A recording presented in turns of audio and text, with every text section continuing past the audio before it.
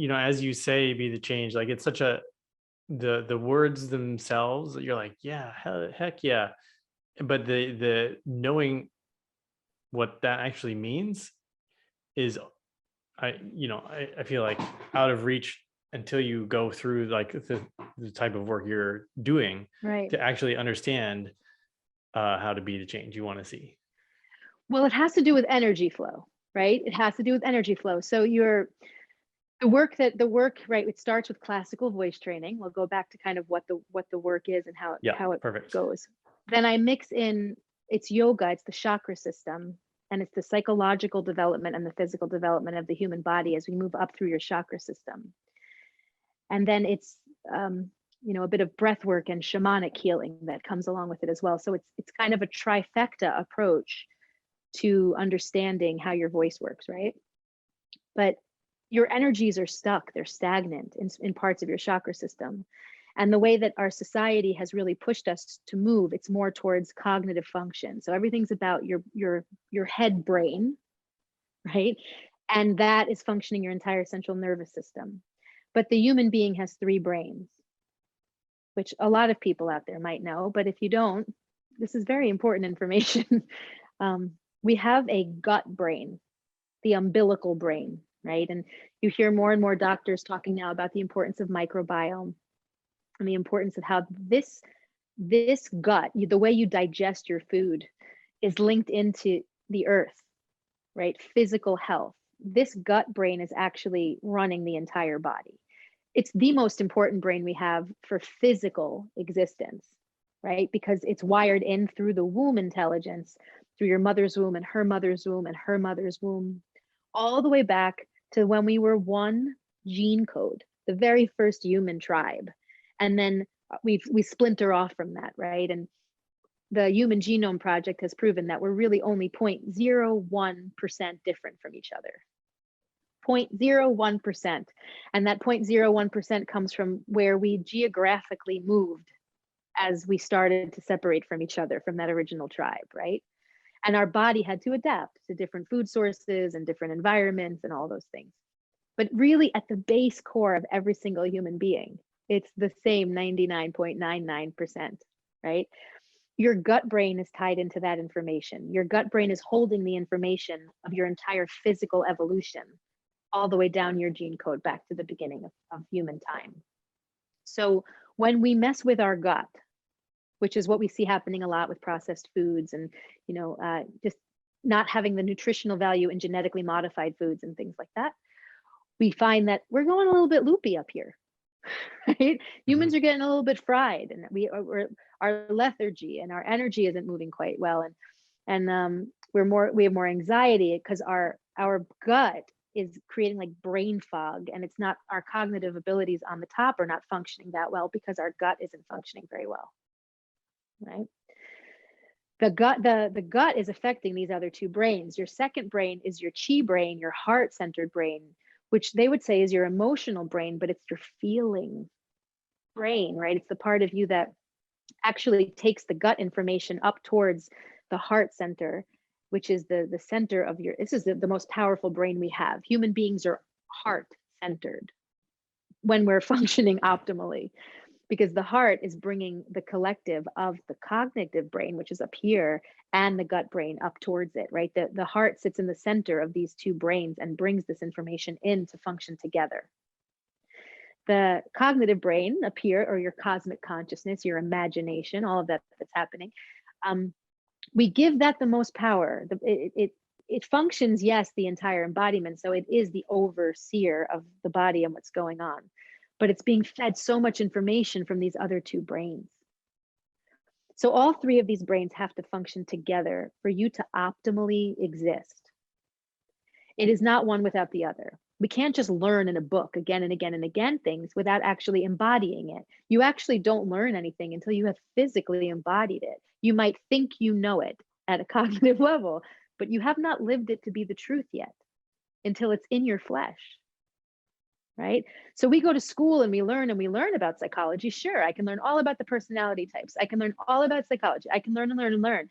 But until I actually implement it into my life and see that it works, I don't know it to be true at all. It's someone else's words on paper. It might make sense to me. I might align with it, like that feels like it resonates with me and it feels like it's the truth, right? But you don't know anything to be true unless it's in the flesh. If it's your experience, it's true for you.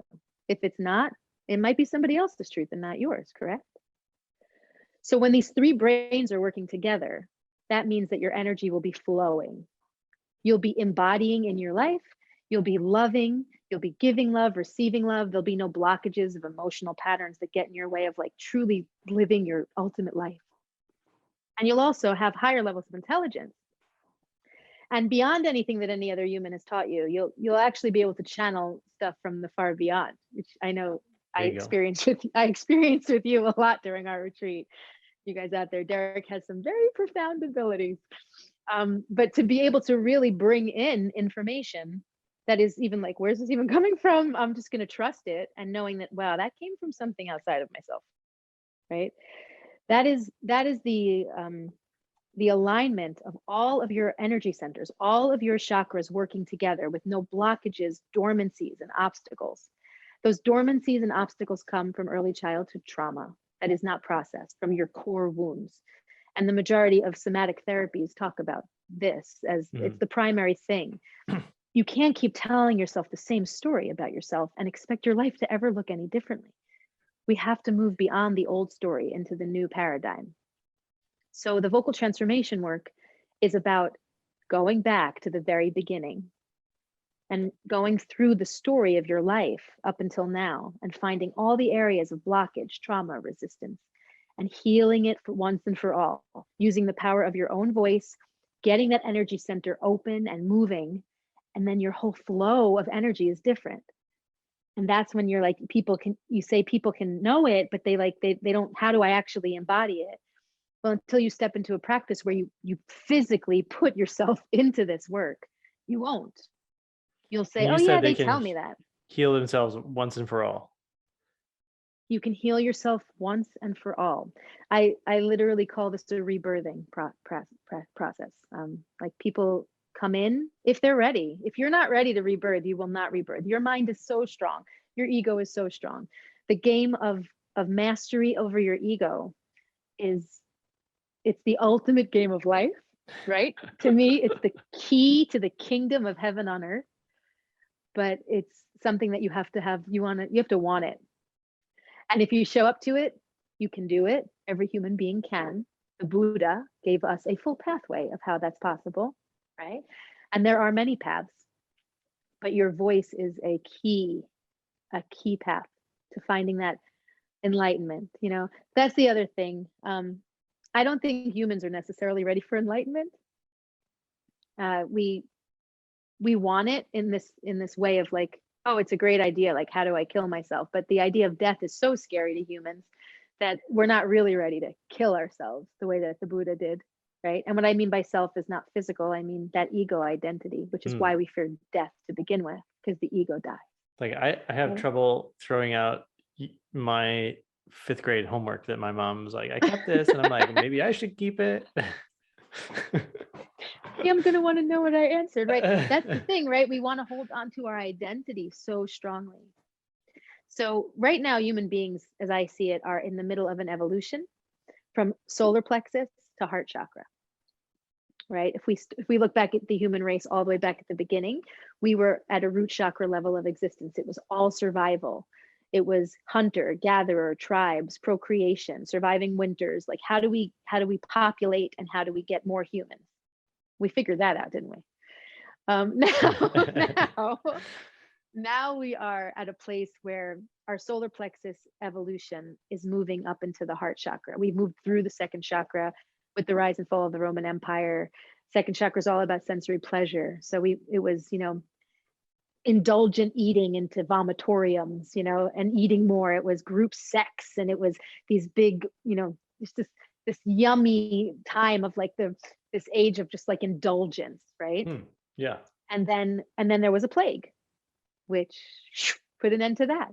And we moved into the 3rd chakra, which is where God is outside of yourself, every man for himself, ego identity, right? And I say that because we became dirty, right? Like this whole thing fell apart and it was like, we're the sinners. We're now separate from the divine. And this is what we're crawling our way back out of. They put God in a body outside of ourselves. And they said, you're the sinner. You have to earn God. And instead of saying, wait, there's a way we can be, you can be one with it. And that's the third chakra. So the third chakra is representing your ego identity and your feeling of a separate self from the world.